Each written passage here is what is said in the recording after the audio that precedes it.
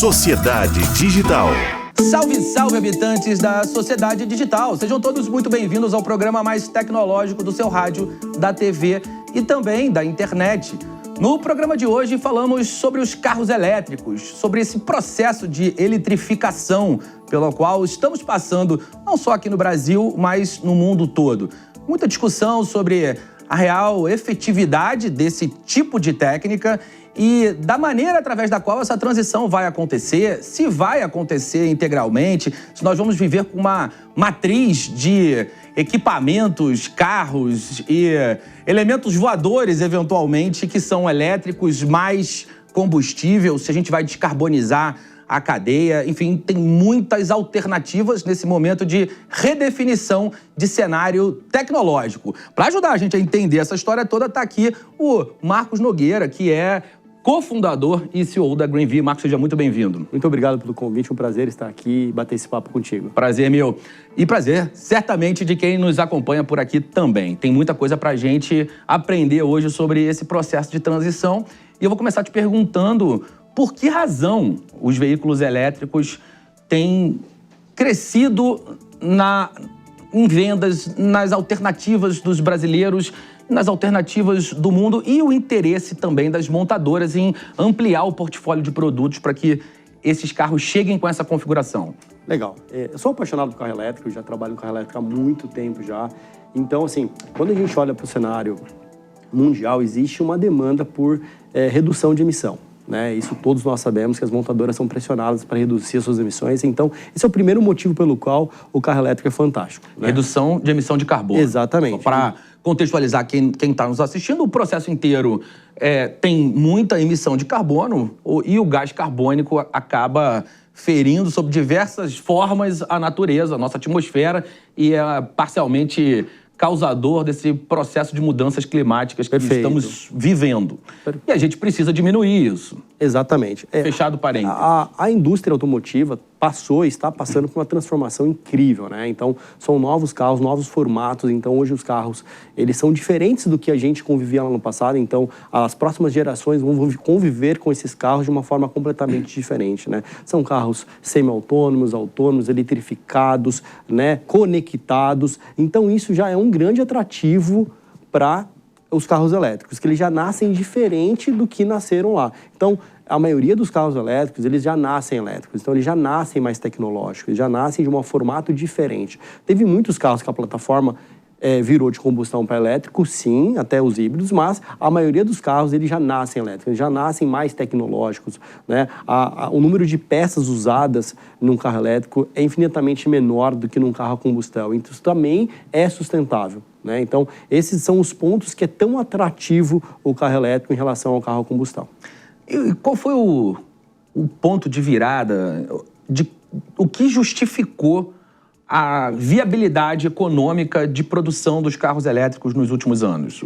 Quando a Tesla começou nos Estados Unidos, né, a ter muitos carros elétricos, a população começou a aderir aos modelos da Tesla, se apaixonaram por aquele produto, isso chamou a atenção de mercados como a China, né? E a China, né, até que se sabe, tem mais de 300 marcas de carros elétricos na China e tomaram uma decisão que seria um dos modelos econômico da China para poder levar para o mundo. Então, hoje, a gente tem a China na ponteira desse mercado dos carros elétricos. Aqui no Brasil, por exemplo, tem previsão aí nos próximos anos de entrar 10 novas montadoras chinesas no Brasil, o que é fantástico. Isso gera competitividade, dá mais alternativa para o consumidor para poder escolher um carro entre o combustão, o híbrido e também o elétrico, 100% elétrico. Então, o consumidor sempre vai estar ali na balança de equilíbrio dessa decisão, que é o melhor de tudo, né? Então, vai ter cliente para combustão, vai ter cliente para o híbrido, vai ter cliente para o 100% elétrico. Então, o importante é o consumidor analisar e ver qual é o carro que melhor lhe atende. Mas quando a gente estava conversando aqui antes do programa começar, nós falávamos sobre os diferentes tipos de carros elétricos. Cheguei à conclusão, inclusive, que O meu carro, que eu qualificava como híbrido, não é exatamente algo que mude tanto a nossa realidade. Queria te pedir para explicar isso, é um papo interessante. Agora a gente tem a entrada dos híbridos leves no mercado, né? A gente tem uma das principais montadoras do Brasil que já começou a divulgar os seus híbridos leves, que nada mais é para reduzir a emissão, tá? Ele praticamente não aumenta a sua autonomia, ele vai continuar fazendo entre 12 a 13, 14 quilômetros ali, né, dentro da cidade, né, o que normalmente os carros a combustão faz ali. Então isso vai manter. O que reduz é que tem uma outra bateria ali que ajuda na redução de emissão. Então, o híbrido leve é somente isso, ele não é plugado na tomada, ele não te ajuda a ter mais autonomia, mas é somente para isso, né? Então, aí você tem os híbridos que tem 2 motores, uma combustão e um elétrico, e também continua não sendo conectado, você não coloca ele na tomada. Porque um motor reabastece, recarrega, na verdade, exatamente. O outro, é isso? Que é daquela montadora japonesa, que foi os primeiros a entrar no Brasil, que a gente já está muito acostumado, começou pelos táxis aqui em São Paulo, em outros estados também, né? São 2 motores, aí depois a gente já entra no híbrido. Aí tem o híbrido plug-in, que eu acho que é um formato muito bom, que é o que o Brasil está adotando como seu modelo hoje. As montadoras estão vendendo muito desse híbrido plug-in, que você anda na cidade ali, tem autonomia entre 30 até 150 km hoje já tem, para você poder andar na cidade. Então, para o seu dia a dia, para você levar os filhos na escola, para você ir trabalhar, ele atende muito bem para distâncias curtas, né? Então, vai de 30 até 150 km esse híbrido plug-in. Então, você carrega na sua casa e quando você for fazer viagens longas, você coloca combustível, que ajuda na autonomia. A gente fala hoje até de carros híbridos com autonomia de até 1.000 km. Nossa! O que é muito bom já. Então, você, somando os 2 motores, você tem até 1.000 km para você rodar com um tanque de combustível. Então, isso é muito legal. E tem o 100% elétrico, né? Que é o que a gente vem falando, que as montadoras também estão crescendo aqui no Brasil. No ano passado, a gente teve uma venda de 93 mil carros eletrificados no Brasil. O que mistura tudo isso, tá? Menos o híbrido leve, tá? Os eletrificados menos de verdade, 93 mil. Esse ano, a gente deve chegar perto de 150 mil, tá? Então, e até 2030, a gente deve ter 2 milhões de carros eletrificados no Brasil. Então, esses são os números um pouquinho aí do que está rolando no mercado. E quando você olha esse mercado se mexendo, você enxerga um processo de consolidação análogo ao que os motores a combustão viveram ali no início do século XX? Hoje, pela conta da tecnologia, tudo vai ser mais rápido, né? Tudo vai ser mais acelerado, né? E o consumidor também mais até antenado. Então, assim, é lógico que nesse ano houve uma certa desconfiança pelo elétrico por conta o pessoal fala muito sobre bateria, mas só para você ter uma ideia, né, as baterias ela tem entre 2.000 e 5.000 ciclos de recarga. O que isso significa na prática? Se você faz uma recarga todos os dias, o que não é necessário, né, para uma autonomia de 400 km, por exemplo, você não vai carregar todos os dias seu carro. Mas vamos imaginar que você faça uma recarga todos os dias, a bateria duraria 13 anos. Se você faz recarga durante uma vez por semana, você teria uma bateria durando 40 anos. Olha que fantástico. Então, assim, a vida útil hoje do carro elétrico é muito maior do que o carro a combustão. Por exemplo, no meu carro, eu tenho um carro elétrico, eu vou fazer a primeira manutenção no meu carro agora com 2 anos. E não tive custo nenhum. Eu troquei pneu no carro, foi o que eu fiz no carro até hoje. Então, assim, o custo de manutenção do carro elétrico é infinitamente menor do que o carro a combustão, justamente pelo número de peças que envolvem na sua produção. Mas o que está acontecendo em relação a valor de revenda? A gente viu algumas discussões acontecendo nos últimos tempos, uma avaliação colocando em dúvida se o carro elétrico vai valer mesmo a pena, se ele é sustentável. E a bateria era um desses argumentos. Falta educar o mercado em relação a isso? Falta, tá certo. Esse é o ponto, justamente, você tocou no ponto exato.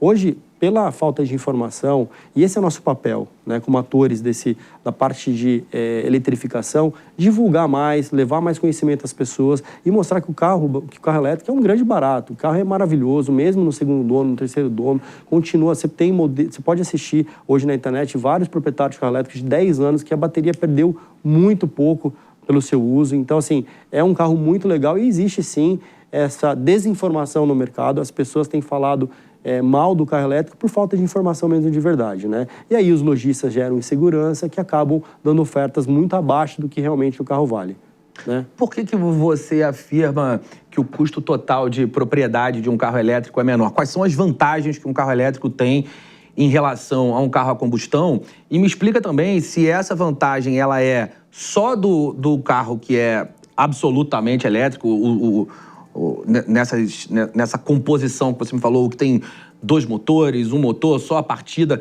Qual é o modelo de carro elétrico que realmente apresenta todas as vantagens? A maior vantagem é no 100% elétrico. Tá. Porque, só para começar, ele não vai um líquido no carro. Para não dizer que não vai um líquido, ele vai do limpador do carro. Então, só por aí você já percebe que ele não tem nenhum tipo de fluido, ele não tem líquido, ele não tem graxas. Então, só por aí você já imagina o quanto de menos de peças você tem no carro. Tá? No carro híbrido, você tem tudo do carro a combustão. E ainda tem a bateria adicional. Então, nesse sentido, nós não podemos dizer que é uma grande vantagem em termos de manutenção. Claro. Tá? Então, em termos de manutenção, o elétrico realmente, em relação à combustão, é disparado, né, ali a sua parte de manutenção, porque não tem muito o que fazer. Né? É um motor elétrico, você tem ali as outras peças, como a bateria, né, os inversores que você converte ali a energia e outras coisas, mas é um carro muito menos peça. Quando a gente fala sobre essa questão de autonomia, não só a autonomia do carro, mas também da duração da bateria, dá para observar um avanço nas tecnologias de construção ou a gente ainda tem algo muito parecido com o primeiro momento, com aquela primeira oferta de carros elétricos? Não, está havendo sim um movimento, né? As baterias estão sendo mais tecnológicas, mais sustentáveis inclusive ainda, né? Então, hoje ainda se usa o lítio, né? Mas existem outras baterias a sal, né? Então, tem outros modelos de bateria já surgindo, sendo testado, né? A gente já está vendo carros na Europa, na China, com 1.000 km de autonomia, 100% no modo elétrico, o que é fantástico. Imagina, você ter um carro com 800 km, 1.000 km de autonomia, né? Então, vai mudar bastante esse mercado ainda, só está no começo, a gente só está no começo da eletrificação, esse mercado muda bastante ainda. E quando a gente fala de infraestrutura local, essa é certamente uma questão que se levanta quando a gente pensa nos carros elétricos, quando comparado com os Estados Unidos e Europa, a gente tem menos pontos de recarga, especialmente quando a gente fala nas estradas. O Brasil tem avançado e, se tem avançado, estamos na velocidade adequada ou ainda precisa olhar mais para esse ponto? Talvez o consumidor olhando, ele acha que não está avançando, né? Mas nós que estamos participando desse mercado temos visto um avanço bem relevante na infraestrutura de recarga. Então, inclusive, muitas empresas estão vendo isso como uma oportunidade de negócio, né? De colocar um ponto de recarga e poder rentabilizar em cima desse ponto de recarga, né? Você vende ali o tempo sobre o carregador, sobre o uso, né? Então, muitos empresários, restaurantes, locais públicos estão colocando o carregador e vendendo o tempo de uso do carregador. Então, assim, o pessoal aprendeu que isso é uma possibilidade de rentabilizar o seu local e também está rentabilizando. Estradas, principalmente aqui no sul e no sudeste, praticamente todas já tem carregador aí a cada 150 km, 200 km, já tem uma boa oferta de carregador, né? Várias montadoras investiram pesado em carregadores, tem empresas já do Brasil, grandes empresas que também têm investido, que entraram nesse mercado. Então, assim, na minha visão, o Brasil tem, aqui no sul e no sudeste, está bem servido. Está ainda precisando investir mais no norte e nordeste, temos aí esse problema. Centro-oeste também está legal, norte e nordeste ainda está defasado, mas eu acredito que os investimentos também vão ser maiores nos próximos anos também nessas regiões. Do ponto de vista de legislação, regulamentação, tem algo que ainda precisa ser feito para melhorar a adesão dos carros elétricos? O governo pode ajudar de alguma maneira a acelerar essa expansão? O que está acontecendo nesse momento é o contrário, né? O governo aumentou a alíquota dos impostos para carros importados elétricos, então a gente está tendo um aumento de faixa de imposto, que até o final do ano que vem vai ser completado em 35% os impostos para carro elétrico, então o que era zerado o IPI, né? Então ele está sendo agora colocado um imposto maior sobre os carros elétricos. Então isso acaba atrasando um pouco, né, o avanço dos carros elétricos, né? Mas isso algumas montadoras já estão também trabalhando para montar suas fábricas aqui para não ter que pagar esse imposto alto sobre carro elétrico. Então tem 2 montadoras chinesas que já estão finalizando suas fábricas no Brasil para não ter que pegar essa alíquota maior de importação. Esse é um ponto interessante. E o intuito do governo é justamente fazer esse movimento, estimular o investimento local no sentido de construção. Exatamente. Essa é uma ideia declarada? Exatamente. Então, a produção, o governo quer que seja feita aqui, né? Parte da tecnologia seja desenvolvida no Brasil. Então, por isso que... existe também, lógico, a gente não pode descartar que existe o lobby da indústria né, sucroalcooleira e também do petróleo, né, com relação a isso, né, as montadoras que estão no Brasil, elas questionam muito, né, porque o custo de produção na China é muito mais barato do que no Brasil, então existe também uma desigualdade com relação econômica, né, então aqui no Brasil a gente precisa defender os empregos também, né, e as montadoras chinesas trazem um carro aqui, acabam não gerando emprego aqui, então o governo ele acaba de certo modo protegendo as montadoras que estão aqui no Brasil há mais de 100 anos para poder também continuar a produção aqui. Claro. E não ter uma perda. Quando a gente expande um pouquinho esse olhar e pensa em mobilidade, a gente vai encontrar outros veículos. Um bonde já era eletrificado no início do século passado. A gente já tinha ali linhas que suportavam esse modal. Como você enxerga essa expansão de veículos de todas as naturezas que são eletrificados no sentido de impactar a mobilidade urbana no Brasil? O São Paulo está na frente com relação a esse quesito, mas outros estados também estão avançando, né? São José dos Campos, por exemplo, é um case muito legal, já tem uma frota de ônibus elétrico bastante relevante. São Paulo também tem um plano para ter ônibus elétricos, já tem bastante garagem com os ônibus elétricos. Não sei se você tem percebido em São Paulo, alguns ônibus eles são todos verdes, né? Então tem avançado bastante.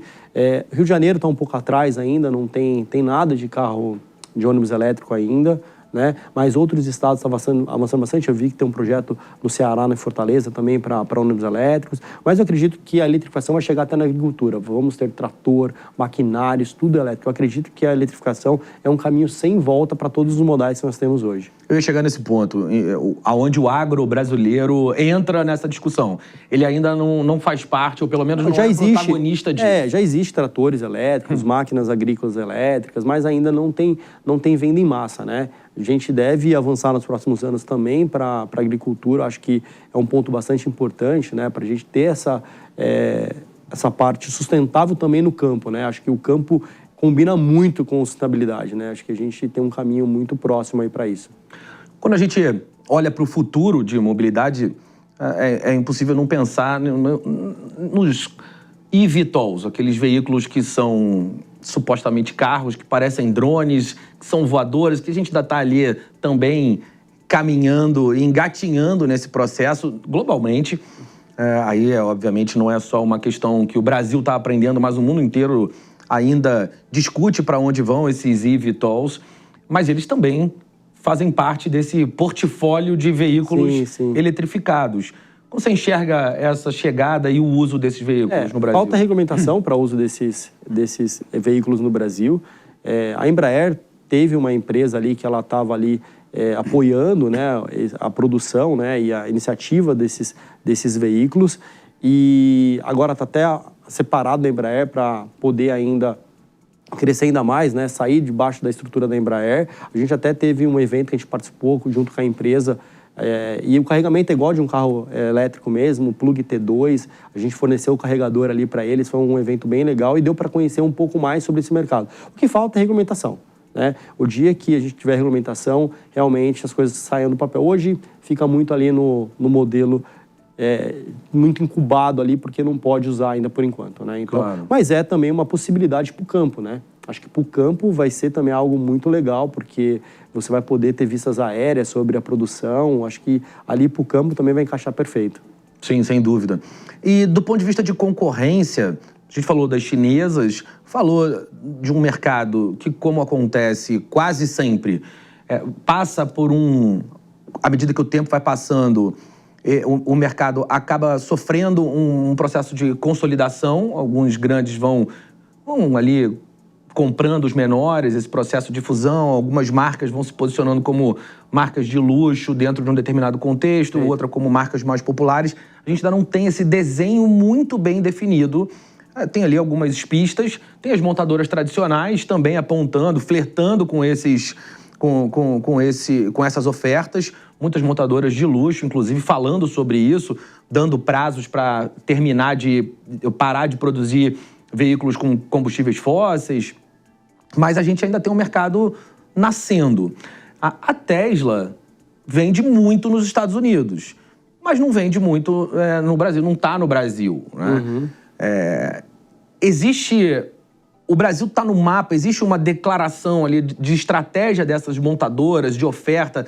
A gente consegue já enxergar o que deve acontecer por aqui nos próximos anos?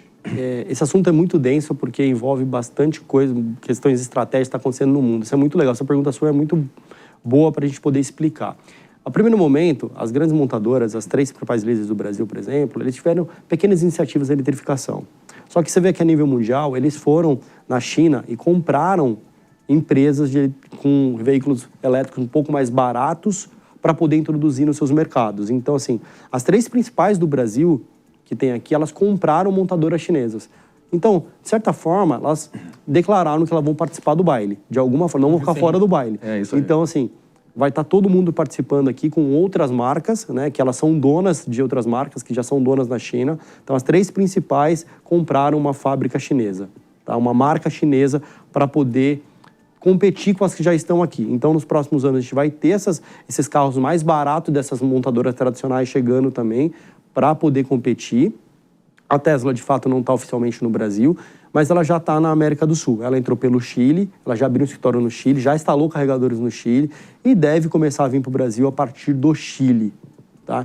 Então, assim, nós temos, assim, a Europa, né, as montadoras europeias e as americanas se movimentando muito no mercado para poder participar e não ficar de fora e também poder ter a transferência de tecnologia. Parte dessas explicações de presença local e estratégia global, algumas dessas explicações estão não somente nas baterias e até mesmo em questões geopolíticas. A gente sabe que existe uma influência, uma afinidade, especialmente quando a gente fala de Tesla, com alguns governos e com uma estrutura de pensamento e naturalmente, o que aproxima de um lado distancia do outro. Mas a gente tem uma questão de cadeia de produção. No caso da Tesla, por exemplo, dos vidros que são arredondados, é um processo logístico complicado de montagem do restante do carro também, que tem características bem peculiares, aquela estrutura mais futurista que eles desenham no carro. Essas estruturas, pelo desenho operacional que essas montadoras estão criando, você vê isso acontecendo mais por importação e exportação ou com isso que aconteceu com as chinesas instalando as fábricas no Brasil? Como deve ser o processo de distribuição? Eu olho para a indústria automotiva muito conectada entre elas, né? Se você analisar, por exemplo, já que a gente falou da Tesla aqui, a gente consegue falar que a fornecedora de bateria da Tesla é a BYD. Né? Então, poucas pessoas sabem que a bateria é da BYD. Então, assim, hoje as indústrias se conectam muito entre elas, né? Então, elas se conversam muito e trocam muitas peças e componentes entre elas. Então, por muitas vezes você tem um carro e tem componentes de outra montadora, de outra fabricante. Então, nesse universo, eu vejo elas muito conectadas e trocando muito para a evolução em conjunto do mercado. Não sei se eu te respondi exatamente o que você estava perguntando, mas eu vejo dessa forma. Eu vejo elas muito próximas uma das outras e trocas de experiências. Respondeu, sim. A minha pergunta vai muito no sentido de fulfillment dessa cadeia de suprimentos. Se a gente vai precisar realmente ter as fábricas aqui, naturalmente esse tempo vai ser maior, porque tem o tempo de constituição dessas operações. O Brasil aprendeu muito com outras montadoras que vieram e foram embora, né? Acho que a gente já aprendeu essa lição. Acho que o brasileiro hoje ele não compra mais de montadoras que não se estabelecem no país de forma séria. Acho que já teve traumas lá atrás e hoje ou vem primeiro as peças, vem primeiro um pós-venda, vem primeiro uma estrutura, ou senão o brasileiro não compra mais. Acho que o brasileiro ele está muito atento, né? Está muito ligado, até por conta de todas as informações que a gente recebe todos os dias nas nossas redes sociais. Então, assim, o brasileiro hoje ele sabe de quem ele está comprando. Ele sabe se a empresa está vindo aqui apenas surfar uma onda ou se ela veio ser séria. Então, por isso que a gente tem visto o sucesso de 2 montadoras chinesas aqui no Brasil, porque elas vieram realmente para ficar, né? Vêm com altos investimentos, né? Trazem as peças, toda a cadeia de fornecimento de peças já vem antes do carro chegar, preparam, adaptam o produto para o Brasil, inclusive, para que o brasileiro tenha um carro adaptado para o seu cenário, né? Então, por exemplo, na China, hoje, você tem o carro mais barato elétrico aqui do Brasil, né, que chegou há pouco tempo. Na China é diferente. Na China é com calota, aqui no Brasil eles trouxeram com roda. Então, eles estão adaptando para o nosso mercado, né, para atender as exigências do nosso mercado. E você tem visto que no começo dessas operações ainda tinha bastante reclamação, porque todo começo de operação ele é sempre complexo, sempre muito difícil. Hoje você vê que quase pessoas não reclamam mais dessas montadoras porque já se estruturaram, tem um pós-venda muito bem estruturado, Também a legislação brasileira também ela é uma legislação para o consumidor, uma legislação boa, que funciona para o consumidor. Isso também ajuda também o consumidor a ter mais segurança na hora de adquirir seu produto. Tem um ponto do carro elétrico, especialmente dos que são full elétrico, que muitos parecem quase um tablet com rodas, no sentido de aparato tecnológico. Você consegue olhar de fora o que está acontecendo dentro do carro, você consegue, se você estiver num tablet e conectado ao seu carro, você consegue, inclusive, mexer em determinadas configurações. E aí, eu penso em privacidade e segurança. Vão hackear os carros? De fato, os carros são muito tecnológicos, né? Semi-autônomos, tem chip, os carros hoje ele tem internet, né? Eu estava vindo para cá, falei para a Flávia, que veio comigo para cá, falei, olha, o carro tem um chip, ele está conectado, né? Então, existe sim toda a preocupação com segurança. As montadoras investiram pesado na questão de segurança dos veículos. Sempre existe a possibilidade dos carros serem hackeados, né? Ainda mais que veículos 100% autônomos, aí você tem a possibilidade, mas as montadoras têm investido, isso demorou muitos anos para acontecer, então... pelo meu ponto de vista, acho que está bastante seguro nesse momento, mas a gente nunca sabe até quando, né? Até dar o primeiro grande problema, né? E a gente vê os carros malucos pelas ruas, né? Mas hoje a gente não vê isso, a gente vê que está tudo muito seguro, caminhando muito bem e com bastante calma também, né? Está demorando bastante, né? Está sendo muito bem testado. Então, acredito que nesse momento, esse não é uma preocupação do que está acontecendo, né? Bom, um minutinho para a gente fechar. Eu quero te pedir um panorama futuro. Então, o cenário os carros elétricos continuam, os carros a combustão, de certa maneira, também continuam e a gente vive uma matriz, é isso? Eu tenho para mim que existe um carro perfeito para cada usuário. Acho que a gente vai conviver entre todos os modelos de carros aqui no Brasil. Acho que esse é um modelo melhor para todos. Acho que quem quer continuar com carro a combustão vai poder continuar com seu carro a combustão. Quem quer o híbrido leve, quem quer o híbrido plug-in, né? Quem quer o 100% elétrico. Isso vai depender muito daquilo que você quer para a sua vida, para a sua rotina, né? Se você viaja muito, se você tem uma vida intensa de viagens, talvez o modelo melhor é o híbrido ou 100% a combustão, né? Se você faz viagens curtas de 200, 250, 300, você pode tranquilamente usar seu carro elétrico, né? Eletrificação é um mercado sem volta. Todos nós sabemos disso, né? Você vê o mercado avançando a cada dia, né? Então, como eu falei para você no começo, são quase 2 milhões de carros até 2030 eletrificados, então já é um volume bastante alto, né? Então, investimentos no Brasil é sempre na casa de bilhões que essas montadoras estão fazendo. Então, o panorama o avanço vai ser acelerado, o Brasil está na ponteira disso, faz total sentido o carro elétrico Brasil pela nossa matriz energética, né, que é uma matriz toda renovável, então a gente aqui quase não corre o risco de ter queima de carvão e outras matrizes energéticas que não sejam uma energia limpa. Então, o Brasil realmente ele tem uma vantagem muito grande pelo fato da sua matriz energética. Legal. Tá? Marcos, muito obrigado. Foi um prazer aprender com você sobre esse... Eu que agradeço pelo convite, fiquei muito feliz. Legal. Esse foi Marcos Nogueira, que é cofundador e CEO da GreenV. É isso. Semana que vem a gente tem um encontro marcado. A gente se vê por aqui para continuar desvendando os mistérios da nossa sociedade digital. Um abraço para quem nos ouve ver. Tchau, tchau.